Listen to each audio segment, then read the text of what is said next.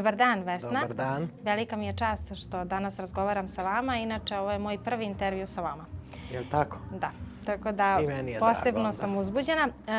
Prvo ću da započnem vašim današnjim pojavljivanjem u studiju Hype zvezde.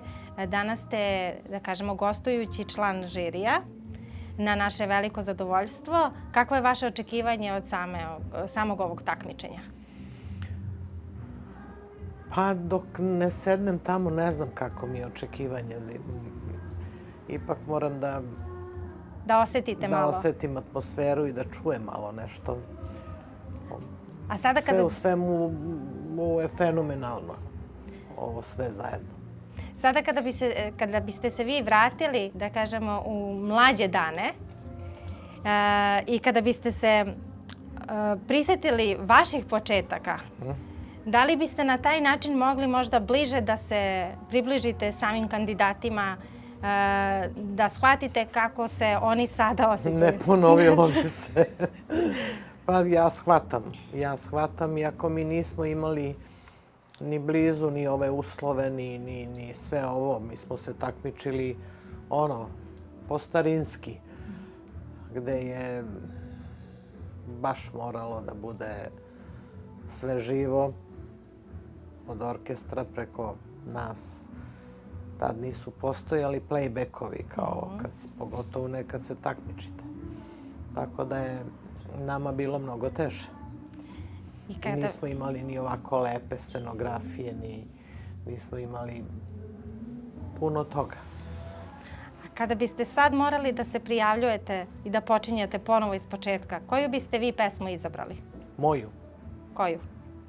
Pa recimo ovo u grudima. Jel možete malo da mi zapevate? Ne. Dobro. Šta je ono što vi prvo čujete kod svakog pevača? Da li je to glas, emocija, karakter? Sve čujem. Sve čujem? Sve čujem. Nažalost. Sve čujem. I da bi jedan kandidat, pevač, postao prava zvezda, on mora sve to da posjeduje? Mora. Dobro. Barem sam ja sve to posjedovala, pa eto me. Pola veka sa vama. Tako je. I sada baš povodom toga zakazana su 2 koncerta u Beogradskoj areni za 14. i 15. maj, s tim što je 14. već rasprodat. Jeste. I da li vas može danas da iznenadi koliko vas publika voli? Pa može. Ja se neki put izgubim, nestanem, nema me, ne pevam. I onda negdje tamo usput pomislim i ne treba više da pevam, dosta sam pevala. A onda me neko nagovori tako kao vaš direktor da bi trebali da uradimo jedan koncert onako usput. Pa još jedan. Onako usput, ja kažem, gde, Sava centar? Ne. Kaže, pa šta da radimo? Arena. Ja se mislim, kakva crna arena? Da li si normalan čoveče? Sljedeći put me je zvao kad je rasprodao prvu arenu. Tako da je on krivac za ovaj koncert. Ja sam mislila da sam ja koncertnu delatnost završila, pošto imam iza sebe oko 800 solističkih koncerata, ali nije bila arena. Sad moramo da napunimo i tu arenu. Eto. Jasno. Pa da li postoji kod vas trema? Obzirom da što je više iskustva, što je više znanja, veća i odgovornost. Da vam kažem, vrlo interesantno, ja dok ne otpevam prve 2-3 pesme imam tremu i u 2 jelena. I u kafani. Posle pola veka. Znači, nije to više trema, to je više odgovornost. Pogotovo ako sam negde zaginula noć pre, pa onda mi nešto ne štima grlo kako bi ja htela, onda me malo uhvati panika. Ali to je odgovornost. Tako je ceo život bilo. Prve 2-3 pesme. A u tim velikim prostorima se bolje osjećam i snalazim kao riba u vodi. Meni je teže pevati u kafani, recimo, nego u areni. A šta mislite, zašto je to tako? Mislim da je energija neke arene ili tako neke ogromne sale veća. 15.000 ljudi kad vrisne je jedno, a kad je kafana, oni se tu muče. Mogu da vrisne? Ništa. Jasno. Pevaju oni, izgiboše pevajući i tu ima neke čari, ali ovo je sila. Ali vaše umeće baš, ja mislim da leži u tome što ste zadržali da možete i dalje, iako ste sada već ime i prezime, zadržali ste to da pevate i dalje i u kafanama i u restoranima. A ja kafanu obožavam. Ja kafanu obožavam. Nisam pevala par godina i potpuno sam izašla iz koloseka. Da ne bi dva jelena da se vratim u kondiciju da vratim. Jer ja nemam gde kondiciju da napravim sem u kafani. Znaš, koncerte, ja mogu da održim 5-6 koncerata ovih velikih i to je to. I onda mesecima ništa. A dva jelena srećom sam imala 2 put mesečno sport i 2 jelena i onda sam vratila se u štos. Bilo mi je grlo potpuno toliko čisto da nisam mogla da ga obuzdam. Peva šta on hoće. Da. Vi pevate i o ljubavima, ali pevate i o bolu. U svemu. Da. Da li ima neka pesma koja i dalje kida vaše srce? Pa eto to. Ovo u grudima je jedna od mojih omiljenih pesama, radio Dino Merlin. I mnogo sam volela tu pesmu. Ona ima 30 godina i ništa se nije desilo. I sad odjednom je postala hit. Od kad je Nikolija otpevala na nekoj emisiji, se prosto povampirila i sad je to najveći moj hit. Od silnih hitova, sad je ona hit. Sada kada ste baš spomenuli ćerku, moram da vas pitam da li možete da nam otkrijete da li ćete ukrstiti glas sa Nikolijom na koncertu. Pa ja je teram, ali nemam adekvatnu pesmu. Nemam ono žensko. Sve moje pesme su moje. Znaš, lako mi je sa Dinom i sa Slavko Banjcem, jer to je muško-žensko i to je nekako muzički normalno. A sa Nikolijom nemam pesmu koja bi bila odgovarajuća. Iako možemo ovo u grudima da otpevamo tako što bi ona pevala unisa, ja terce. Pa to eto tako zvučilo bi kao neki duet. To dobro, ne bi to bilo loše. Ako je nagovorim. A da pre samog koncerta možda snimite neki duet?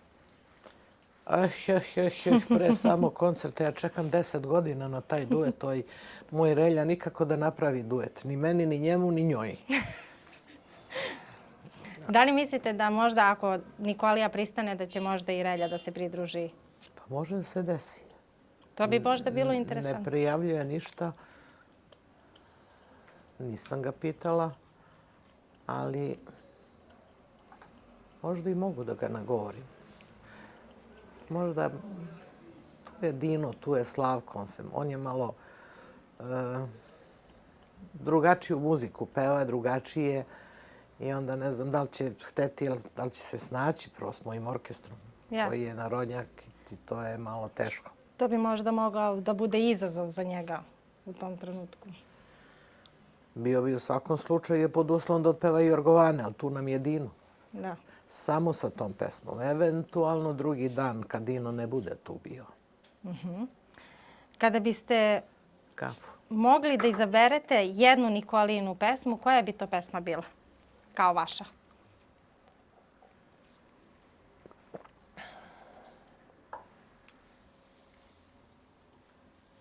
Pa Nikolija. Znate vi njenu pesmu Nikolija? Sećam se kad je snimala. Nešto mlako. Nikolija! Sad sam ja htjela, ali ne znam da pevam. I sad kaže onaj Tragovac, tu je snimala, kaže moraš da kažeš Nikolija onako kad mama drekne. Nikolija! Tako. I onda je iz cuga otpevala. Možemo reći da je tako nastala pesma. Da. Dobro, lepo. To je neko poslo, ona nije imala ništa u stvari, nije imala na putu uopšte da peva. Ona je završila koledž u Atini i tek je došla iz Atine i stiže od nekud na telefon ta pesma Nikolija. I meni se svidi.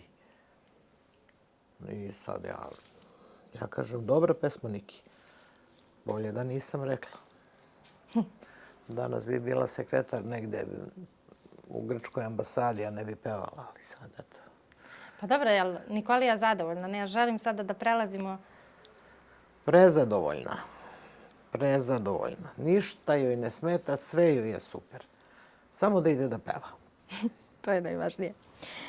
Ljudi vas doživljavaju kao jaku, stabilnu ženu. Sada kao To žena... se zove bojem. Žena bojem. Sada kao žena ženi. Ja nisam baka, ali sam mama. Koji su to trenuci kada vi dozvolite sebi da ne budete jaki? Pa uglavnom kad ne vidim dugo unuke. Recimo, malo pre me zvala Rea i nisam je videla mjesec dana. Malo se rasplakala i onda sam ja bila očajna.